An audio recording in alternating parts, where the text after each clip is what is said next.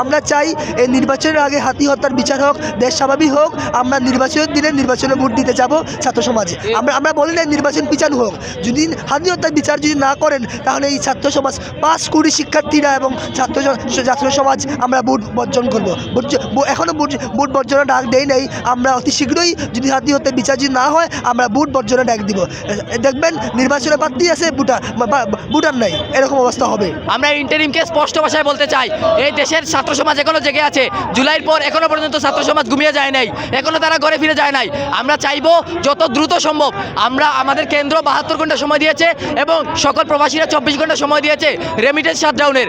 আমাদের ইন্টারিম যদি এখনো পর্যন্ত সজাগ হয় না, এখনো পর্যন্ত যদি তাদের ঘুম না ভাঙে, তাহলে তারা এর শেষ থেকে ছাড়বে। আমরা বলেছি, আঙ্গুল সোজা করেছি, তারা সেটা মানে নেয় নাই। এখন আঙ্গুল বাঁকা হবে, দেখা যাবে কি করা যায়। আমরা হাদি হত্যার বিচার চাই যত দ্রুত সম্ভব। আমাদের এখন একটাই কথা, এখন আর কোনো আপোষ নয়, কোনো ছাড় নয়। উসমান হাদি ভাইয়ের হত্যাকারীদের এবং হত্যার সাথে যারা জড়িত তাদেরকে সর্বোচ্চ শাস্তি এবং মৃত্যুদণ্ড যাতে দেওয়া হয়। এবং আমাদের দাবি মেনে নেওয়ার আগ পর্যন্ত আমরা কোনো আপোষে যাচ্ছি না এবং আমাদের এই দাবি নিয়েই আমরা অবস্থান কর্মসূচি পালন করছি। ইন্টারিমকে অবশ্যই দ্রুত এই বিচারের জন্য যারা অনেকে আছে যে প্রশাসন কিন্তু এই হত্যাকাণ্ডের সাথে আমরা মনে করছি যে জড়িত আছে।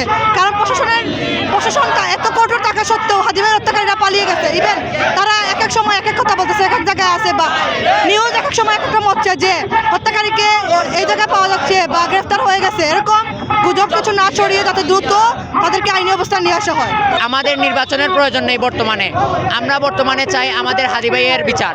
হাদি ভাইয়ের যদি বিচার না হয় তাহলে আমরা মনে যাব আমাদের এই জুলাই হেরে গেছে। আমরা এই জুলাইকে হারতে দেব না। আমাদের ওসমান হাদি ভাই বলে গিয়েছিল, জান দেব জুলাই দেব না। আমরা তার কোথায় একাত্মতা পোষণ করে এখানে দাঁড়িয়ে আছি, এখানে বসে আছি। যতক্ষণ পর্যন্ত ইনসাফ প্রতিষ্ঠা না হবে ততক্ষণ পর্যন্ত আমরা এই রাজপথ ছাড়বো না ইনশাআল্লাহ।